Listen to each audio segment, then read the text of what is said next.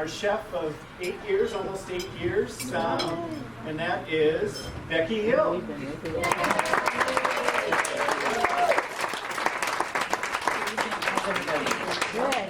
Am I coming in? Yes. Is that a good tone? Yes. Very good.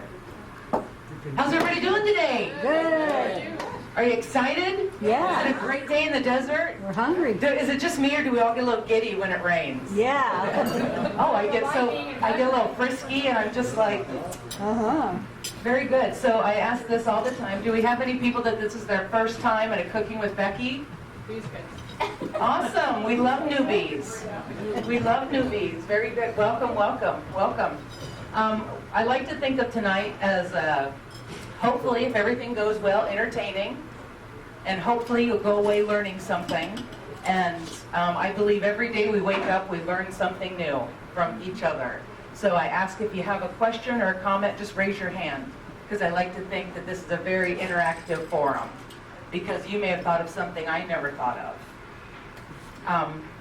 So before I jump into this and get started, I happen to have some really great fruit in my cooler, and I wanted to share it with you. How many people are intimidated by fruits outside of apples and oranges? Has everybody here bought a fresh pineapple at one time? Yes. A fresh mango at one time or another? Yeah. So I just so happen to have some nice mangoes in-house. How do you pick it? How do you pick it? Well, how do you know? Oh, how do you know it's right? Because I've Okay. never bought one. Oh, Mrs. Gula, I thought you were going to ask me how it came on the tree, and I don't know that I could answer. I was just starting to build the BS factor back here, trying to. I think it's a tree it grows on. We have a great produce company, and when they send us product, they want it to have a nice shelf life. So unfortunately, usually it's very hard. And the best way to tell a mango when it's ready is you want it to just give a little bit with pressure. And when you can put your finger in it, it's overripe. Done. That's when it makes a good blender or drink mix. Smoothie. Very good. Smoothie too, yes. So, and for the longest time, I wasn't sure the difference between a papaya and a mango. In my head, I couldn't keep which was which straight, because I didn't grow up eating that kind of fruit. I always thought I hated fruit. Just turns out I don't like apples very well, unless they're cooked with brandy and sugar. Hey. That they're delicious. So anyway, a papaya has the little tiny black pellet seeds in the middle of it. And to me, I'm not a big papaya fan. It tastes soapy. For some reason, it tastes like fancy soap. I don't care for it. I've had my mouth washed out a time or two. As a toddler, a long time ago, though. So the mango, it's got a big pit in the middle of it. So you're just going to cut around the pit and then the sides. It's going to look a little wasteful, but it is what it is. As much as I dislike that saying, that's just the type of fruit it is. That's its pit, its seed. I have a prep cook that works for me when we're in season, and when it gets hot, she goes to Alaska, and she tells me how she grew up here in the desert, and she used to dry out the seeds, and apparently the pith on the seed is like hair. You can like comb it out. They made little mango seed dolls for her children. So I guess that's a craft you can try if you like. But anyway, let's get to business. So when you look at it, it does have a pretty good shape. And I guess I don't even know how to call that shape, an oval, but the pit is right in the middle along the ridge here. So when you're going to attempt this, you're going to trim off the sides, and the pit, who knows how big it is. You're going to find out with your knife.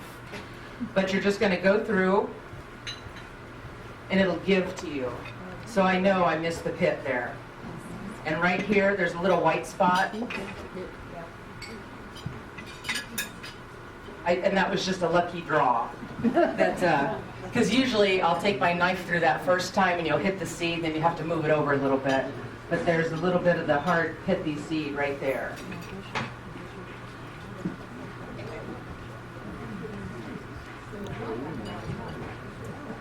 So then we're going to come back, and I know the seed is flat, so I'm going to cut this side, and now I got this side of it. And now this is pretty much just the pit. You can get a little bit off of the sides, but it's a very small little bit. That's about all you're going to get. Wow.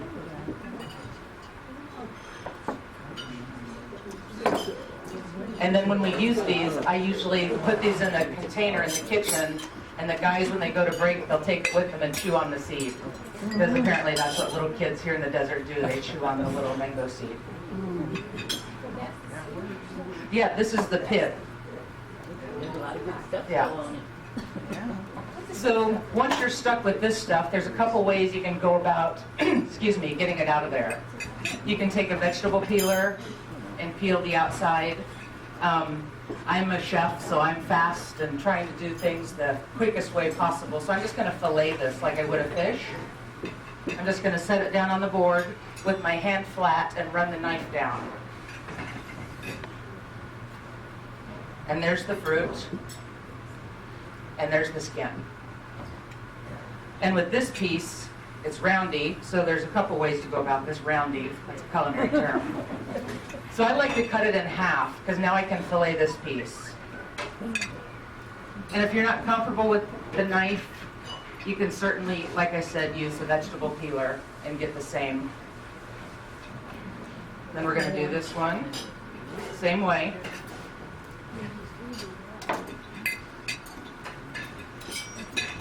And some people will take this and notch it out, so it'll be diced when you take it out of its skin. And I'm just going to do that. I'm going to cut it in half because that's the easier way to get it out of the skin. And then like an avocado, when I'm cutting an avocado, I'm just going to take it and dice it. The skin's pretty tough, so it's not going to let you go through there. So now this is diced, and I'm just going to run my knife through here. And it's all completely ready for my salad.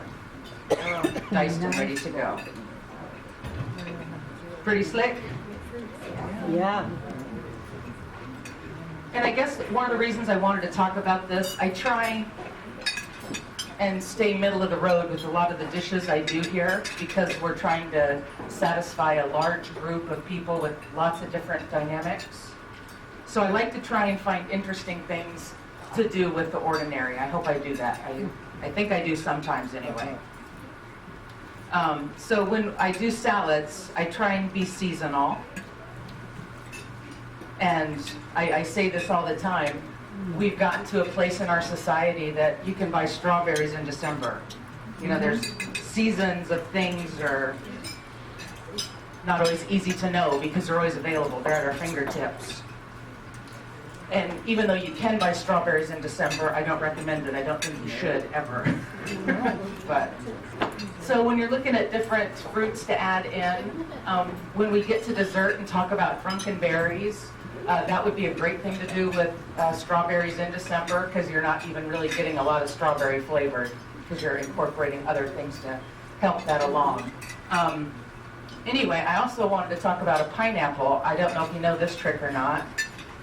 We have to guess with so many fruits and vegetables when it's ripe and when it's at its peak. And one thing that I learned was, if you look around the grocery store and you pull, the easier these come off, the riper it is. So you can tell how sweet your pineapple is going to be before you can take it home. Doesn't matter how it looks. Of course, when it starts to get its brown spots, you can tell when it's not looking fresh. But when they come in and they look so beautiful and you get it home and it's not fresh at all, that's a good telltale. It's just, that should just slip right out. You shouldn't be able to pick it up because it will come out that easy.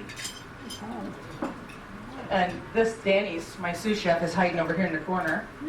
And what I said, we learn things every day. I came up, went to culinary school, was a prep cook and all of that. And I've cut a lot of fruit in my day. And I think I've learned a lot of good ways to do it. And Danny showed me a way that he cuts pineapples, and that's the way I cut pineapples now because it is so easy. It's so easy. So I'm going to share that with you. But this I learned from him. So you're going to snap off the top with a nice sharp knife and cut off the bottom. Now the way that I would have done this before I learned his way was I would go around and trim off all the outside. When you do that, you either get brown dots or you lose a lot of pineapple. And the way he showed me, which I'm going to show you right now, is it's a great way to get more bang for your buck out of your pineapple. So we're going to cut through here, cut it in half, and then we're going to cut it in quarters. The pineapple has this core in the middle. It is edible. A lot of people, we don't eat it because it's not as palatable as the good juicy part. It's the best part. Oh, see, Mrs. Gula says it's the best part. A lot of people don't eat that. Candy. Nature's candy, there you It go. is. Okay, so whether or not you choose to cut out the center, when we're doing a brunch or something, I'm going to cut out the center. We'll set that aside. And then once you have your piece of pineapple here, I'm going to set it down and I'm going to almost fillet it like I did the mango. I'm going to put my hand on top and right across here, I'm going to just cut in a little bit on the side. I'm going to spin it and I'm going to cut it in on the side. Got my piece of pineapple, no brown on there, ready to go, good to go, and very little waste on there. Pretty slick? Pretty good.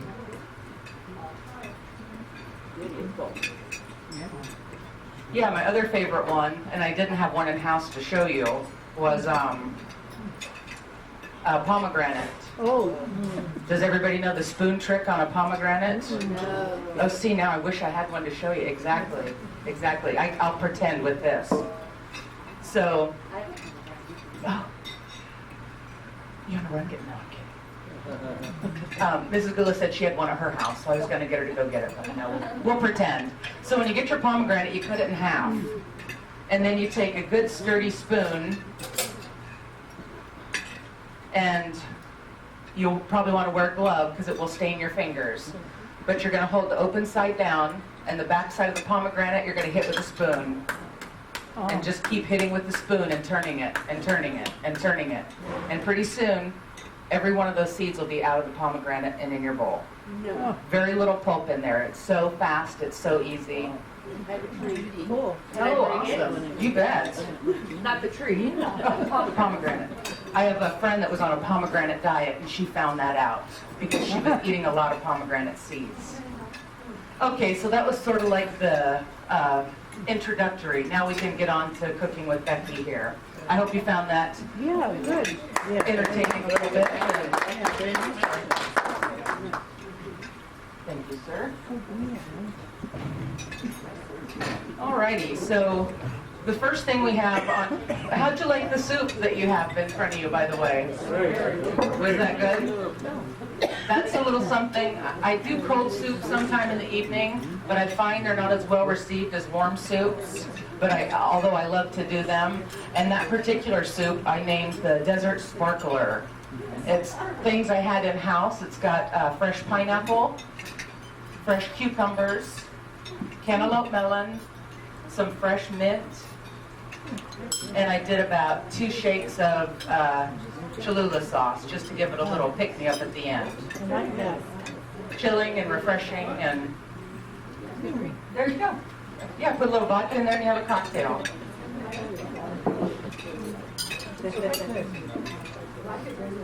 At fancy places, that would be something called an amuse-bouche.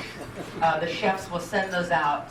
It's derived from a French word of appetizer, but it's to tickle the palate or tickle the taste buds to get you prepared to receive your dinner, your meal, and so just a little something.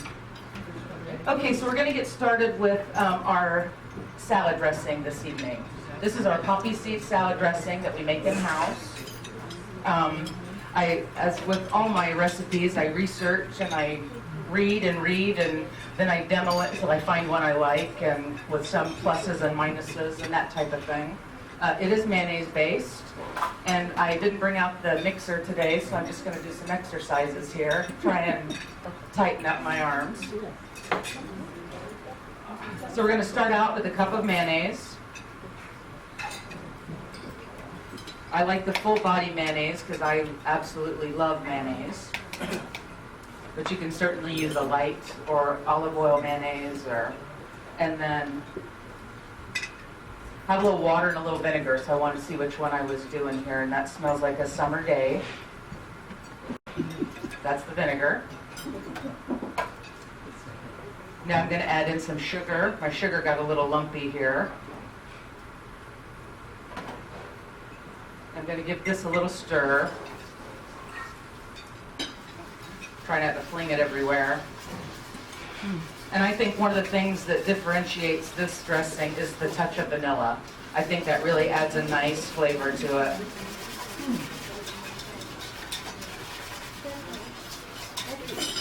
Mrs. Kula has a question. No, we were just looking, this doesn't say, that the recipe doesn't say sugar. Or we missed something. I don't have one of those packets.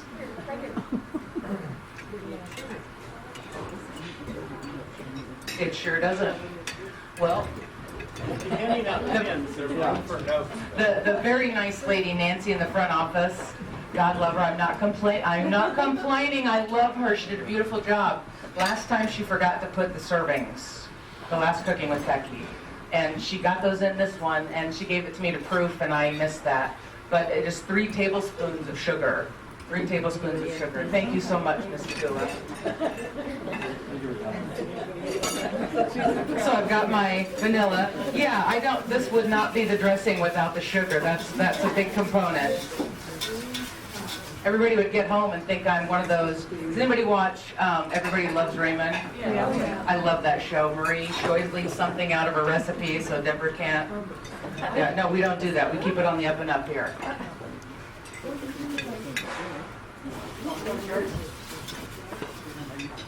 Yes. So quick and easy and simple, and that's the dressing that you just had with your spinach salad. And I made that dressing this afternoon, so I know for a fact it's got sugar in it. I'm going to hand out anything. And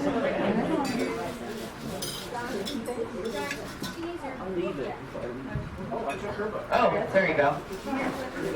And when you're making these, we're going to make honey mustard in a minute, and you're going to want to use your own personal taste. I brought out water in case I needed it, but this has a perfect consistency, so I don't need to loosen it at all. 3 tablespoons? 3 tablespoons of sugar.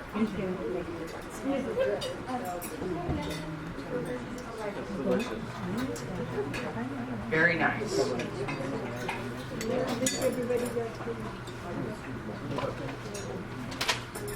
Alrighty, the next thing we're going to make is almond crusted chicken breasts. I've done this for a happy hour, and anybody that knows me knows that I'm a nut and honey girl. I really like nuts and honey in. And after I had everything put together, I noticed I had walnuts and almonds in the dish. So hopefully you like nuts too, because I double nutted you in this particular menu. Is that in the notes?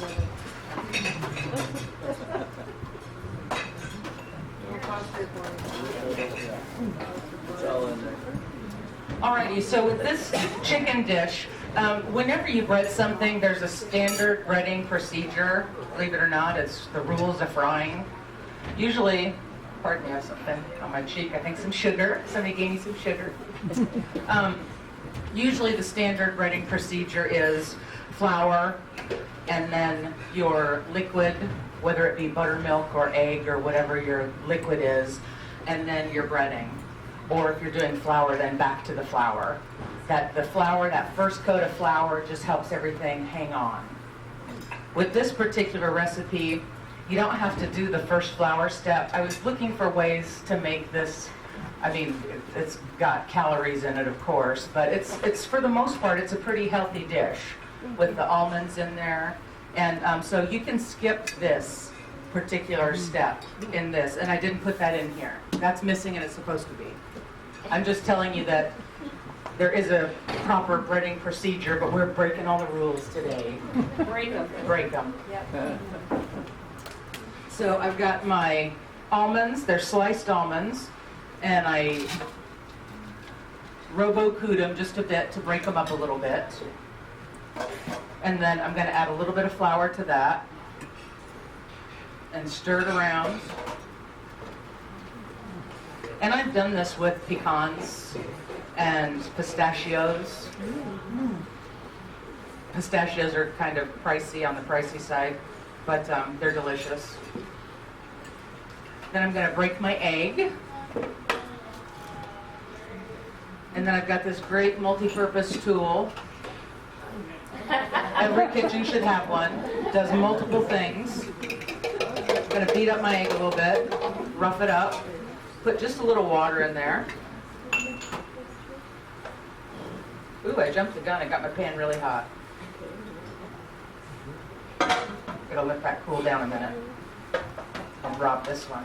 So pretty soon, I'm going to be looking for this pan. Will somebody tell me it's there? So I'm going to put a little bit of oil in my pan. Let that get nice and hot. Not that hot, but hot. Alrighty, so I've got 2 chicken breasts. The recipe I have set up here is for serving of 4, but I've only got 1 small pan, so I'm just doing 2 breasts. Seemed like a reasonable amount to start with. But so I'm going to dip my breast in egg, and then to my breading. That's there's certain secrets to staying young, and I happen to believe that you have to laugh every day, and you have to get a hamburger Happy Meal from McDonald's at least once every 6 months. And don't always go for the girl toy. Just mess them up sometimes, drive through and say, I'd like the boy toy.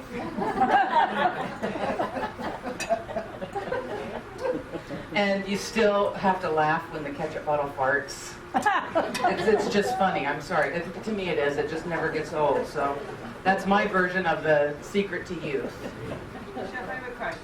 Oh, we have a question in the peanut gallery. Yes, ma'am. I do a lot of these 3 steps, the flour, the egg, Mhm. the nut crumbs or breadcrumbs or whatever it might be. I read an article recently, and I don't remember the process, but it was refrigeration, and then you would be putting it in the pan. Do you know anything about that? Like, does that adhere better? It does, and actually that's in the recipe. Oh. But because this is live, yes, I ask that you refrigerate your breasts for 30 minutes. Just to set them up. Yes, exactly. Because these, but I'm bummed. As soon as I can figure out how to do it, I don't know who knows this. I'll just tell you a little bit here. I had a motorcycle, and I decided that I'm getting older and I don't want to heel if something were to happen. So I sold it, and I've always wanted to play the drums. So I got myself a drum set. Excellent. I cannot play it yet, but I bug the shit out of my neighbors.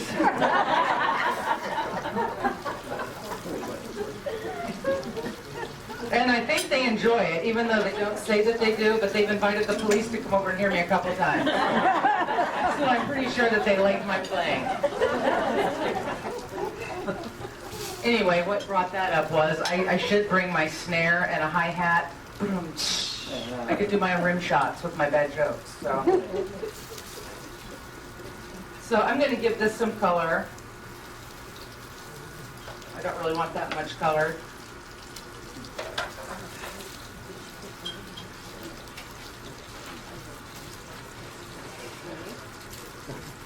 Yeah, I heard that, and I had to look to see, and no, I didn't. What kind of oil do you like to cook with? I cook with an olive oil blend. Thanks. That was for Sharon Smith, not for Christine Gould. Oh, that's okay. That's all questions are good. She loves me. And down the road here, I do have the butter is coming with the oil.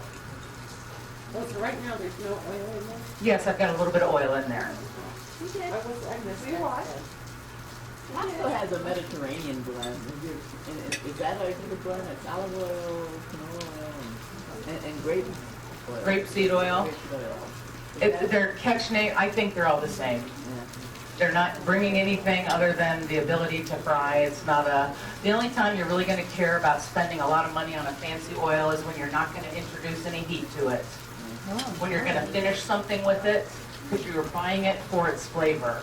You're going to dress bread, you're going to dress a salad, you're going to drizzle on greens or something, make a vinaigrette, and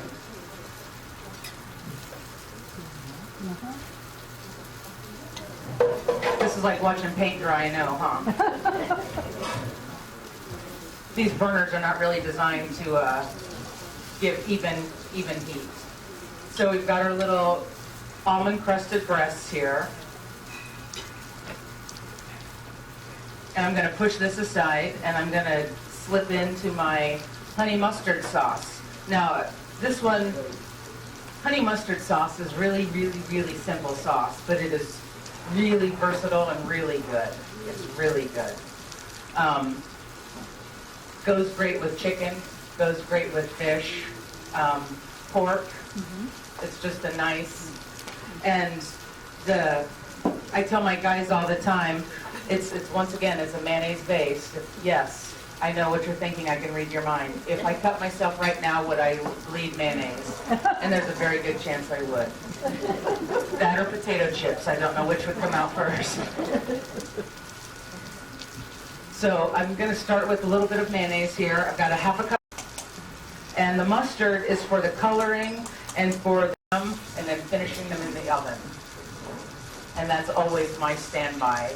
If things are not getting, like I can tell this chicken is looking pretty done on the outside, but it's pretty raw on the inside, I would pop this little baby in the oven. If I had like a little, what are those little, easy bake oven with the bulb or something. Okay, so I've got my mayonnaise in there, and I've done this a couple different ways. I'm just a really weird foodie because I like mustards too. If you go to my house, I have like probably 8 different mustards on the door. Honey, nut, mustard, salts.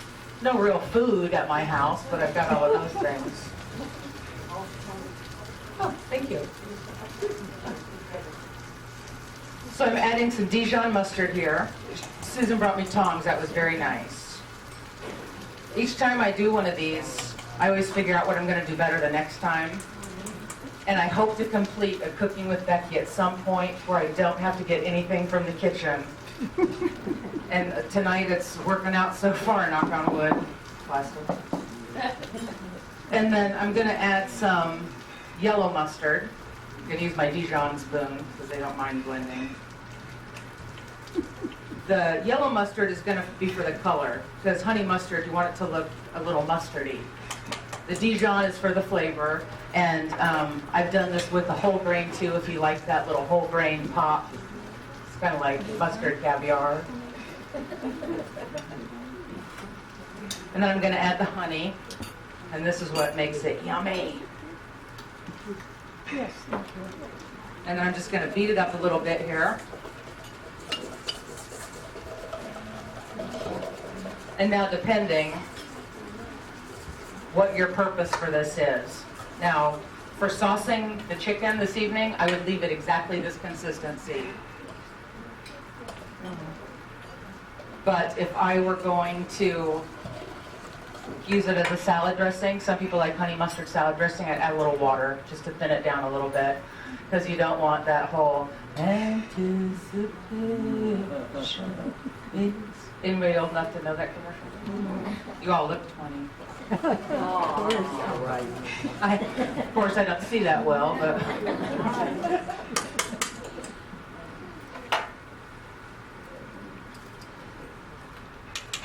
Okay. Delicious. I brought spoons, so I'm going to walk by just to break up the monotony. Whoops.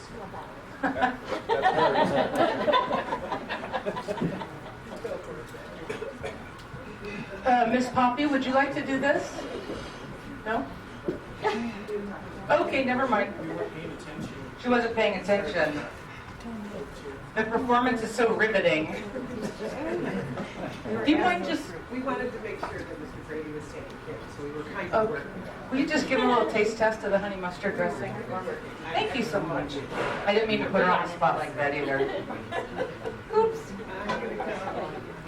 Got a manager's meeting in the morning. That's gonna be fun. Alrighty, moving down. Okay, this is the highlight. Even though we have a couple items after this is like the grand finale. I'm so excited to bring this to you, and I hope you're excited to receive it. Freaka. It's just fun to talk about. Get your Freaka on. Sounds great. So, what is green wheat Freaka? Yeah. I went online and I put together a little booklet. That's your little added reading. You didn't know you were going to have homework, did you? It's no due date, so you take your time. I just think this is kind of fun. We all get stuck in those mashed potato ruts and rice pilaf and this and right now quinoa is the big excitement, healthy thing. Whoops. I'm going to turn that off a minute. Yes, it's going to cool it down. But I went to a food show. One of our big purveyors, I'm sure you've seen their trucks around town, Cisco. They do great programs. The guys don't even know this, but they're doing a program next week I hope that I can take my staff to. They came in today and did training on some steaks and a presentation, and it's a really great company. And we went to a presentation in Riverside. They have a new warehouse.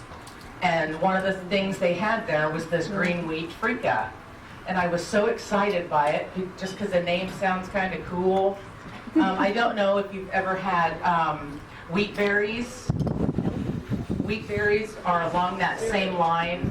It's sort of like a barley, if you will.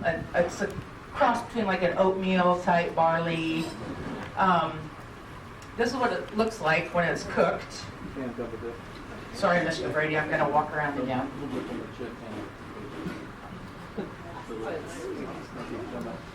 It's nothing fancy, nothing. It just looks like barley. It's green wheat Freaka. It is not gluten-free. That's the one drawback, because the big pull for quinoa is that it is gluten-free. And where can you purchase this? A good question. When I was looking for this, I went to Clark's Nutrition. They did not have it. Oh. I went to Whole Foods. They did not have it. The only place I could find was online. I'm assuming Clark's will have it soon. Right now, we're all in the grips of a gluten thing. Yes, this is cooked. This is cooked. I don't like to talk about what I don't know, but I'm going to share a little bit. I have a little bit of information, just enough to be dangerous. I was watching Dr. Oz, of course. Is that an any grain? Just this grain. Is that any grain you can roast? This particular sheet is just on this grain. On this grain. What kind of grain is This is Freaka. I'm sorry, I'm not understanding your it? It question. says, it is produced by harvesting grains while still soft and green. Any grain? No, Freaka grain. Oh, it is a fruit? It is a Freaka grain. Okay, anyway, back to the little bit of information that I have that makes me slightly dangerous is Dr. Oz had an interesting segment on his show, and they were stopping and asking people if they live a gluten-free lifestyle. And the people that said yes, they asked them, do you know what gluten is? And a great deal of those people had no idea what gluten is. And the reason they did this segment was to support the fact, and this is just TV hearsay, so take from it what you will, it's not established facts.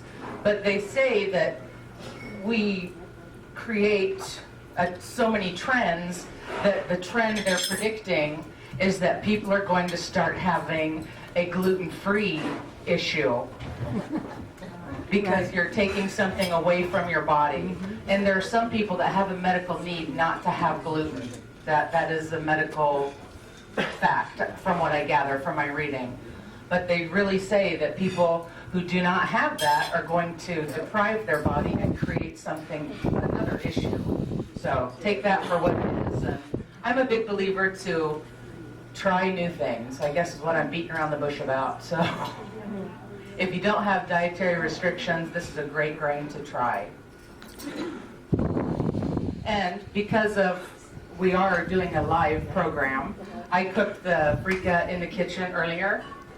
It takes about 20 minutes. It's so easy. It's very easy. You just double like rice, 1 cup of freekeh, 2 cups of water. It's got really no taste on its own. I always talk about Romo, one of my cooks. He is a vegetarian, and he has been his whole life. And he loves quinoa because he likes the flavor. And when I introduced him to this, he just fell in love. Because he'd eaten quinoa for so long, this was such a different texture for him that he's really enjoyed incorporating into his diet. And the packet I put together, it also has a recipe on the back. And if you go online and look up green wheat freekeh, there's a site dedicated to that, and the recipes are endless. To toss it into a green salad, you can make it into a cold salad, like a pasta salad, if you will, vegetables, seasonings, whatever flavors you're going to give it, it's going to have. I tend to be a sweet, savory person in the flavorings I like. So with the freekeh, I wanted to add some walnuts, raisins, dried cranberries, and a little Parmesan cheese. And something else I take great pride in our kitchen is I've always been mindful of people that choose a vegetarian or vegan lifestyle. And I always tell people, if that's your diet, let your server know. Everything we prepare, from risottos to freekeh to any rice or grain, it always starts out a water base. Okay. So we can make anything vegan or vegetarian. Do we make chicken stock in-house? Yes, we do.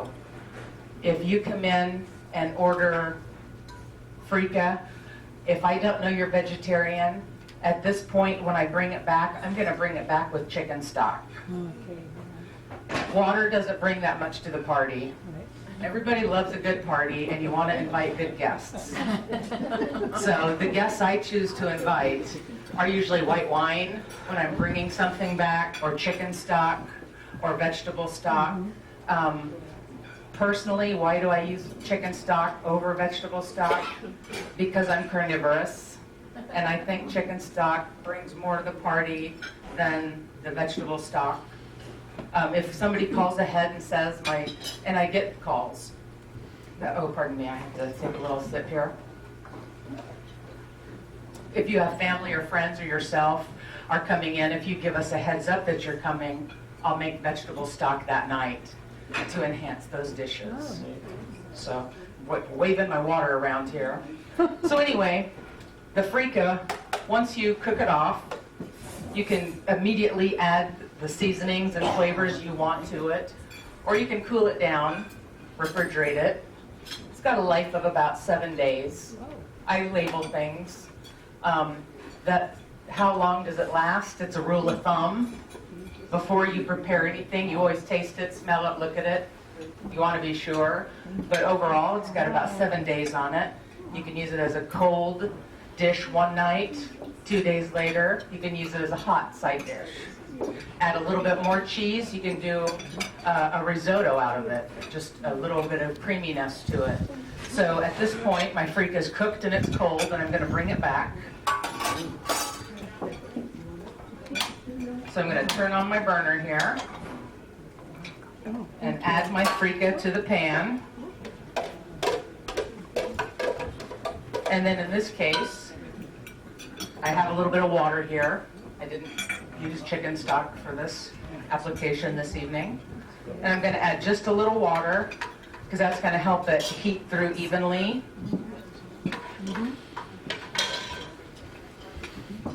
And this particular dish, if you wanted to be vegan, you wouldn't have to add the Parmesan cheese.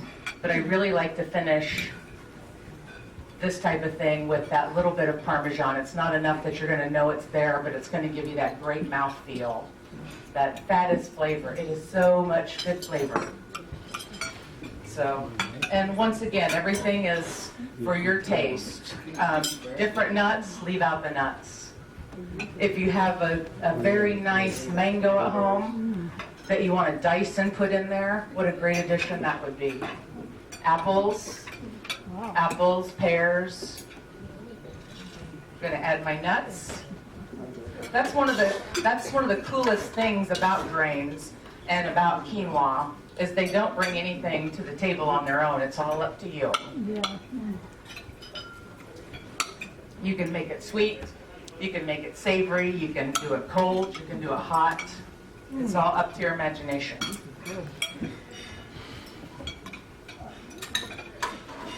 I'm gonna add my raisins and my cranberries. The raisins, I think, add a nice textural addition to it, and the cranberries add the color, plus the tartness.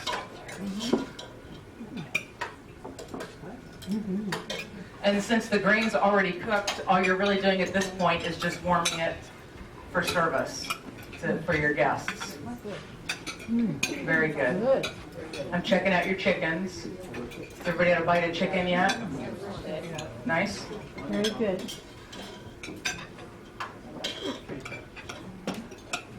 I have things timed out where I want to be, and I think I'm a little running long tonight. Am I too talkative? No.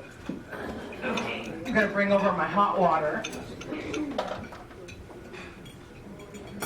So does anybody know how, just for conversation purposes, does anybody know how the proper way to heat up a can of corn? If you were going to open a can of corn? Put it in the pan. Microwave it. You would think. But actually they spend about 5 minutes on that in culinary school. If you work somewhere where you need to open a can of corn and make it edible, you open the can of corn and you drain out the liquid and you warm up the liquid. You get the liquid nice and bubbly and boiling, and then you add your vegetable out of the can. That way, pardon? String beans too? Yes. Yep. That way when you get it, it's not all falling apart and mushy, and you drain off the liquid, bring the liquid to a boil, put the vegetable in, turn it off, toss, stir, butter, serve. So the reason I bring that up is because when we're doing steamed vegetables, this is pretty much the steps I like to do for steamed vegetables. This is the way I would do it at home. In our kitchen, we have a steamer, which is even better. But the whole idea is quick hot cooking, ice water to stop everything. Unless you're going to take it from the pot to your plate, you need to shock it. Shock it.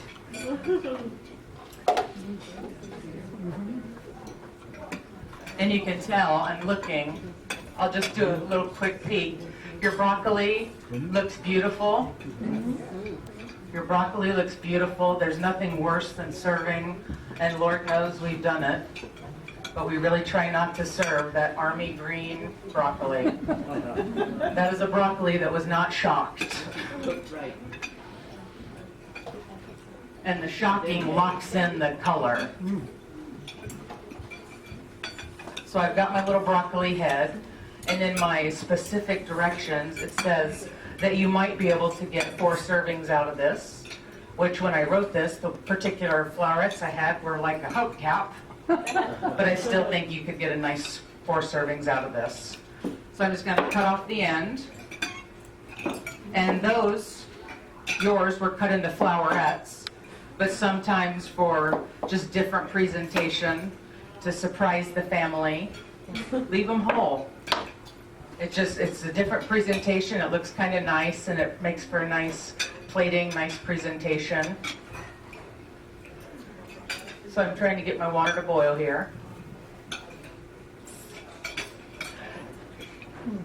And lastly, I talk about different foods have different friends. things that go together, peanut butter and jelly and that kind of thing. And I'm a big, big fan of lemons with broccoli. Something about the citrus and the tartness just perks up the flavor a little bit. Just adds something kind of nice to it. I'm waiting literally for water to boil. So I think at this point, we're just gonna go through and pretend, if you can all come to the world of imagination with me, like Mr. Rogers. Now it's SpongeBob. Oh, yeah. Yeah, I'm old school. My hood is the neighborhood. So I think I didn't miss any steps in here, I hope. So in this particular recipe, I have the butter and the oil, because if you use just the butter, you're gambling a little bit. It could burn.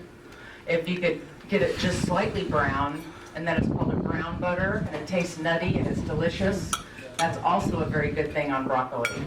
But if you take it too far, it's called burnt butter, and then it's garbage.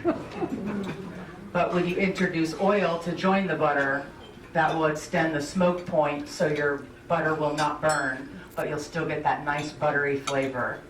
And I've talked about a zester in the past. Does everybody have a plane or a zester in their kitchen? Yes. It's free stuff. You don't want to give away the zest. So a little bit of olive oil, a little bit of butter, a little bit of lemon zest, lemon juice, nice and hot, and toss your shocked broccoli in there to bring it back, to warm it up, to serve. So you're all quiet, so that's a good thing. That's leading me to believe it's all right. Yeah. The almonds, kind of a nice complement to the chicken. Very good. Glad to hear that. Good for you. All right, and now we're going to talk about dessert.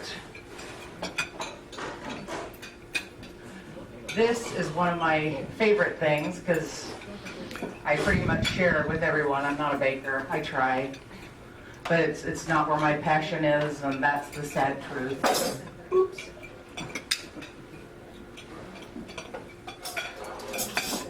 I've done a lot of things in the kitchen that I never knew how to do before, but it's all about your interest and your desire. And baking, it's just too regimented and too strict, and I always want to throw a little something extra in, and if you do that with baking, you're going to have a mess.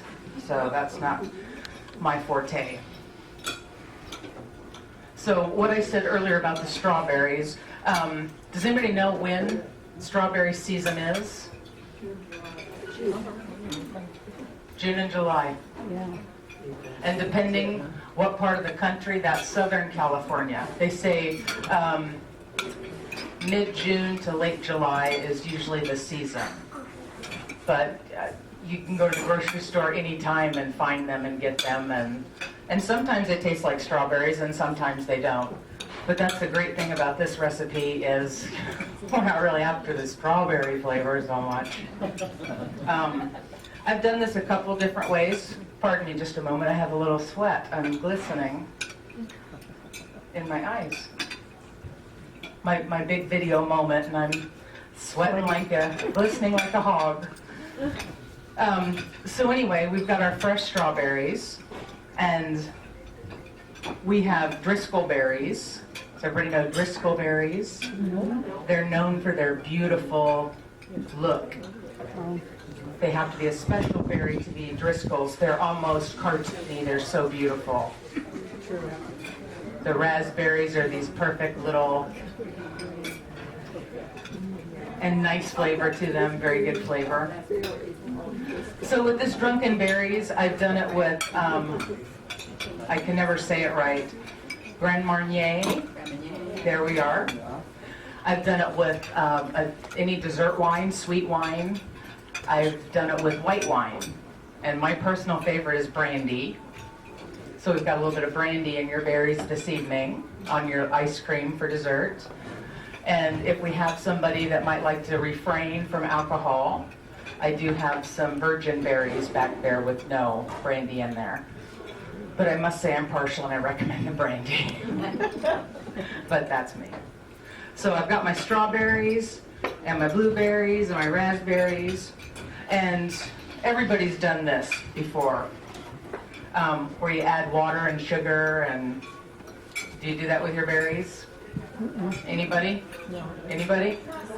Is this like the health section right here? You don't sugar your berries? It's not helpful. Oh, thank you. I was getting worried.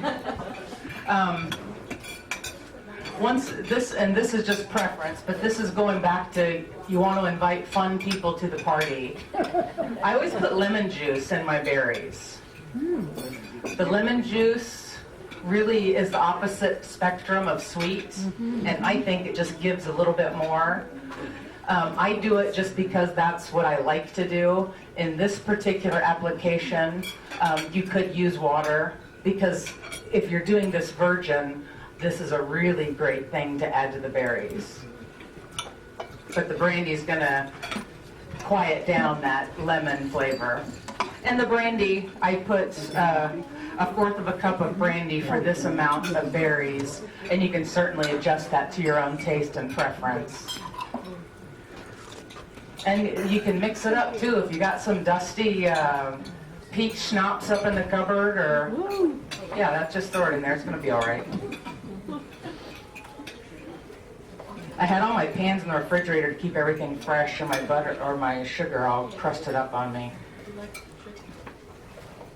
So how's dinner? Great. Tastes all right, and chicken's moist, and broccoli's good green. Very good. Gonna add some sugars to the berries here. And this, you'll be surprised how long a life this has on it. You can get almost 10 days. Really? Because of the lemon? Woo, because of the booze. Actually, probably more importantly than the booze is the sugar. The sugar is the preservative for this. That, You add booze, it's not going to last long. oh, that is true. But this is a great thing too, that whatever looks good at the store, you want to use something that's porous. Mango, papaya, banana to put in here. Mix it up a little bit. Any fruits that look good to you, try them. So I've got my booze in there, my berries, and a little bit of sugar. The health section over here, they're going to skip the sugar, but I bet they'll put the brandy in. And this is nice with a little fresh whipped cream, if you want to just bypass the ice cream altogether. And that's dessert. And I think that brings us to our conclusion of Cooking with Becky.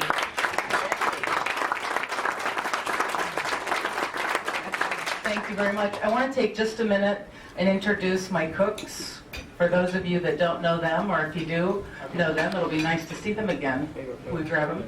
I always say it's so important that I have a good foundation back there so I can be out here. I take care of a lot of the sauces and things, but then when they come in at their shift, they know exactly what they're going to do, and I rely heavily on them to carry this out. Oh, no, they're putting on their makeup. Give them a minute. I'll give you a little background. Danny Campos is coming out, and he's my sous chef. Danny Campos is my sous chef. This is Omar. He's our chef cook. This is Jeanette and Andrew. They're our dish stewards. They're the reason we score so high when the health department comes. This is Romo.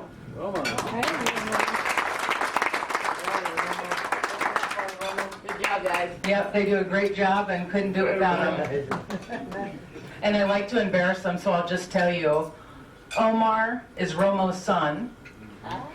He's been with us for a year now. He's just started culinary school last year, and he came to work with us, and we're so great to have him. He's a great addition to our kitchen. Good. So these are the guys. Thank you all so very much for coming. I appreciate it. Had a good time. I'm going to go dab my glisten away, and then I'm going to make my rounds and visit with everybody and see if you had anything to tell me privately or to share or whichever. Thank you so much. I appreciate it.